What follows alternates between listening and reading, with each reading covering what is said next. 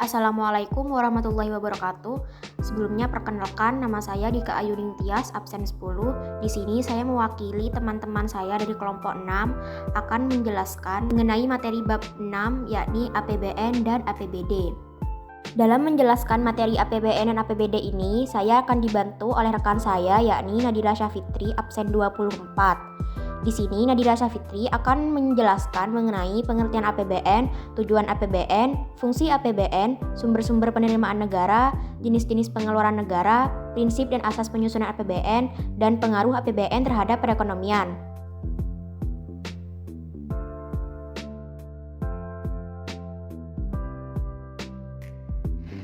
Yang pertama, pengertian dari APBN.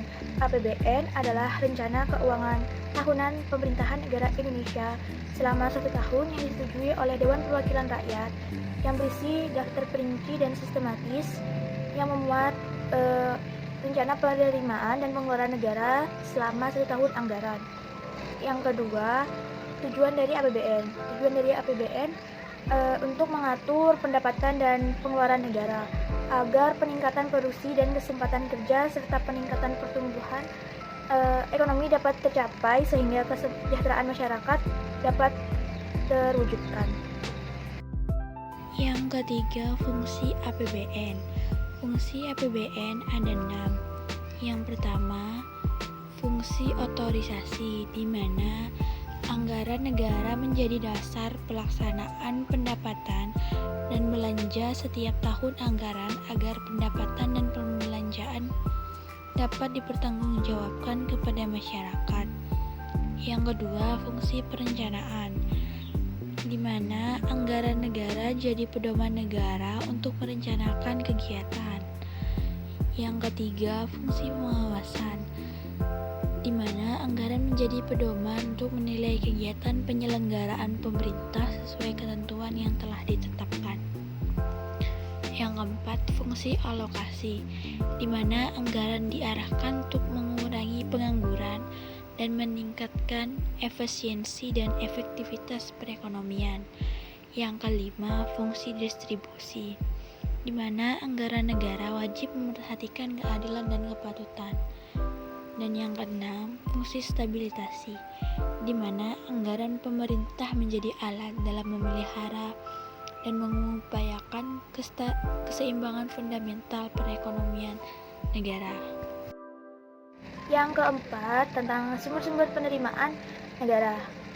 Yang pertama ada penerimaan dari pajak, yaitu pajak penghasilan, pajak pertambahan nilai, pajak penjualan barang mewah dan sebagainya, dan pajak bumi dan bangunan. Yang kedua, penerimaan bukan pajak atau PNBP, yaitu penerimaan negara dari pemanfaatan sumber daya alam dari hasil pengelolaan negara berdasarkan putusan pengadilan dan berasal dari pengenaan denda administrasi.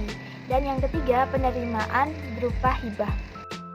Yang kelima, jenis-jenis pengeluaran negara. Bagian A ada belanja rutin. Pertama, belanja pegawai, di mana pengeluaran pemerintah untuk gaji pegawai negeri, gaji pensiun, tunjangan, perjalanan pegawai dan sebagainya. Yang kedua, belanja barang, yaitu pengeluaran negara untuk membeli peralatan atau perlengkapan digunakan untuk kegiatan pemerintahan. Yang ketiga, belanja rutin daerah, yaitu pengeluaran untuk membiayai gaji pegawai. Yang keempat, bunga dan cicilan utang, yaitu pengeluaran untuk bayar bunga dan cicilan dari pinjaman pokok. Yang kelima, subsidi, yaitu pengeluaran negara untuk subsidi BBM dan non-BBM. Bagian B, belanja pembangunan. Yang pertama, pembangunan fisik. Pembangunan yang dilakukan oleh pemerintah yang memiliki wujud fisiknya, yang seperti contohnya pembangunan jalan, pembangunan gedung, pembangunan sekolah, pembangunan jembatan dan sebagainya. Yang kedua, pembangunan non fisik. Pembangunan yang dilakukan oleh pemerintah yang tidak memiliki wujud nyata fisiknya, seperti biaya untuk pelatihan pegawai negeri dan sebagainya. Yang keenam, prinsip dan asas penyusunan APBN. Yang pertama, prinsip penyusunan APBN berdasarkan aspek pendapatan. Yang kedua, berdasarkan aspek pengeluaran. Yang kedua, asas penyusunan APBN yaitu kemandirian, pengajaman prioritas pembangunan, penghematan atau peningkatan efisiensi dan produktivitas. Yang ketiga, landasan hukum APBN yaitu Undang-Undang 1945 Pasal 23 Ayat 1.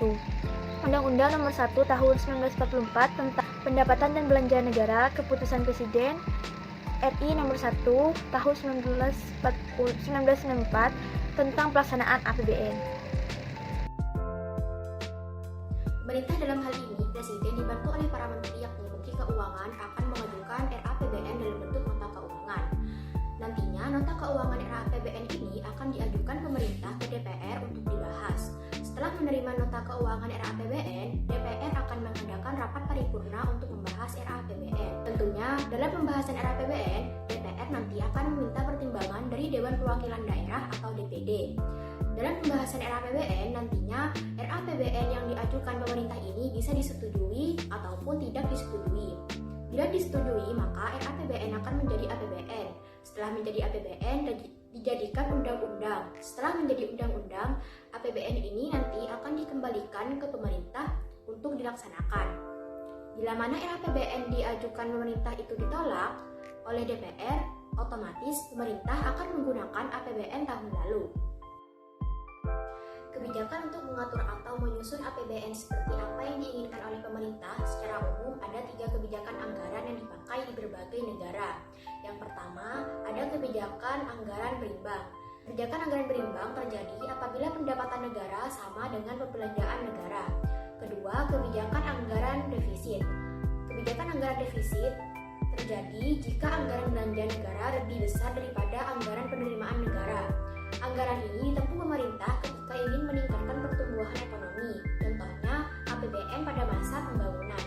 Terakhir, ada kebijakan anggaran surplus. Kebijakan anggaran surplus sendiri terjadi apabila belanja negara lebih kecil dibandingkan dengan penerimaan negara, karena tidak semua penerimaan dibelanjakan. Sebagai contoh, APBN pada masa inflasi. Yang kesembilan, pengaruh APBN terhadap perekonomian. Pengaruhnya akan jelas sekali terlihat mengingat ini menjadi salah satu pedoman bagi perekonomian yang bertujuan untuk menstabilisasi perekonomian negara, meningkatkan pertumbuhan ekonomi, dan pemerataan pendapatan secara transparan dan efisien.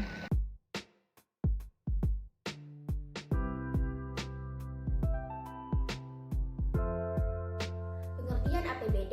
Menurut Undang-Undang Nomor 33 Tahun 2004, APBD adalah rencana keuangan tahunan pemerintah daerah yang dibahas dan disetujui bersama oleh pemerintah daerah dan Dewan Perwakilan Rakyat Daerah atau DPRD dan ditetapkan dengan peraturan daerah atau Perda. APBD juga bisa diartikan sebagai suatu daftar sistematis dan terperinci tentang pendapatan dan pengeluaran pemerintah daerah, baik pemerintah provinsi maupun pemerintah kabupaten atau kota selama periode tertentu atau 1 tahun. Adapun fungsi APBD terdiri dari 1. Fungsi alokasi. Pada fungsi alokasi ini, pemerintah daerah membagi pendapatan yang diterima ke pos-pos pengeluaran yang telah ditetapkan dalam APBD untuk meningkatkan perekonomian daerah. 2. Fungsi distribusi. Pemerintah daerah mengatur distribusi anggaran pendapatan agar dapat menghasilkan rasa keadilan dalam masyarakat. 3. Fungsi stabilisasi. Anggaran pemerintah daerah akan menjadi alat untuk memelihara dan menjaga keseimbangan perekonomian daerah setempat. 4. Fungsi otorisasi. Anggaran daerah menjadi dasar untuk melaksanakan pendapatan dan belanja pada tahun yang bersangkutan. 5. Fungsi perencanaan. Anggaran daerah menjadi pedoman bagi manajemen di daerah dalam merencanakan kegiatan pada tahun yang bersangkutan. 6. Fungsi pengawasan. Anggaran daerah menjadi pedoman untuk menilai apakah kegiatan penyelenggaraan pemerintah daerah sesuai dengan ketentuan yang telah ditetapkan. Selanjutnya, tujuan APBD. Tujuan APBD yakni sebagai pedoman pemerintah dan pengeluaran penyelenggara negara di daerah dalam rangka pelaksanaan otonomi daerah dan untuk meningkatkan kemakmuran masyarakat. Pembahasan selanjutnya yaitu tentang sumber-sumber pendapatan daerah. Sumber pendapatan daerah yang pertama berasal dari pendapatan asli daerah. Untuk pendapatan asli daerah yang pertama itu bersumber dari pajak daerah. Pajak daerah merupakan pungutan resmi yang diatur dalam undang-undang untuk pajak daerah. Contohnya yaitu adalah pajak kendaraan bermotor, pajak reklame, pajak hiburan, dan lain-lain. Selanjutnya, retribusi daerah. Retribusi daerah dapat bersumber dari retribusi parkir, retribusi kebersihan, dan lain-lain. Sumber pendapatan asli daerah ketiga adalah pengelolaan potensi daerah.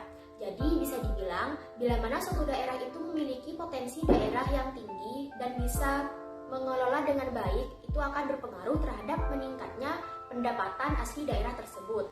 Sumber pendapatan asli daerah selanjutnya adalah hasil laba badan usaha milik daerah atau biasa disingkat BUMD.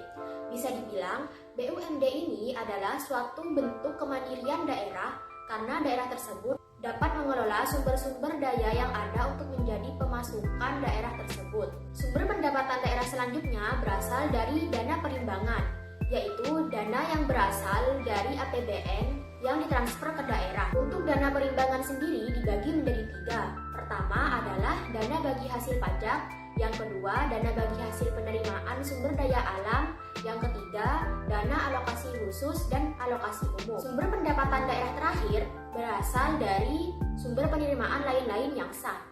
Dapat berasal dari dana hibah dan dana darurat. Pengeluaran daerah dibagi menjadi 2. Yang pertama, belanja langsung. Belanja langsung ialah kegiatan belanja daerah yang dianggarkan dan berhubungan secara langsung dengan pelaksanaan program dan kegiatan pemerintah daerah. Contohnya ada belanja pegawai, belanja barang dan jasa, dan belanja modal. Untuk belanja pegawai sendiri, biasanya untuk membayar honorarium atau upah pegawai kontrak. Sedangkan untuk belanja barang dan jasa, biasanya digunakan untuk membeli barang-barang yang berkaitan dengan kegiatan penyelenggaraan negara. Contohnya, misalkan perjalanan dinas atau misalkan membeli seragam untuk PNS. Ada juga belanja barang dan jasa. Belanja barang dan jasa ini biasanya digunakan untuk memelihara gedung. Sedangkan untuk belanja modal biasanya digunakan untuk kegiatan infrastruktur atau membangun infrastruktur, sehingga dengan membangun infrastruktur daerah itu diharapkan dapat meningkatkan pertumbuhan ekonomi daerah. Yang kedua yaitu belanja tidak langsung. Belanja tidak langsung adalah kegiatan belanja daerah yang dianggarkan dan tidak memiliki hubungan secara langsung dengan pelaksanaan program dan kegiatan pemerintah daerah. Contohnya belanja pegawai, belanja bunga, belanja subsidi, belanja hibah, belanja sosial, belanja bagi hasil, dan belanja keuangan. Secara umum, mekanisme penyusunan APBD itu hampir sama dengan penyusunan APBN, hanya yang membedakan adalah ruang lingkupnya. Dalam hal ini, pemerintah daerah yaitu gubernur, wali kota, atau bupati membuat RAPBD dalam bentuk nota keuangan, yang nantinya nota keuangan RAPBD ini diserahkan ke DPRD untuk disidangkan. Setelah menerima RAPBD ini, nantinya DPRD akan mengadakan rapat paripurna untuk membahas RAPBD tersebut. Bila RAPBD ini diterima atau disetujui oleh DPRD, maka RAPBD ini nantinya akan menjadi APBD. Setelah menjadi APBD, akan dilaporkan ke Kemendagri. Setelah itu diperolehlah perda atau peraturan daerah yang akan diserahkan kembali ke pemerintah daerah untuk dilaksanakan. Sedangkan, seandainya RAPBD yang diajukan pemerintah daerah itu ditolak oleh DPRD, maka pemerintah daerah akan menggunakan APBD tahun lalu. Pengaruh APBD terhadap perekonomian. 1. Dapat meningkatkan pertumbuhan ekonomi masyarakat. 2. Dapat menimbulkan investasi masyarakat karena dapat mengembangkan industri-industri di daerah. 3. Dapat memperlancar distribusi pendapatan. 4. Dapat memperluas kesempatan kerja karena adanya pembangunan proyek-proyek daerah. 5. Atau yang terakhir, dapat meningkatkan indeks pembangunan manusia atau IPM daerah tersebut. Sekian penjelasan dari kelompok 6, kurang lebihnya mohon maaf. Wassalamualaikum warahmatullahi wabarakatuh.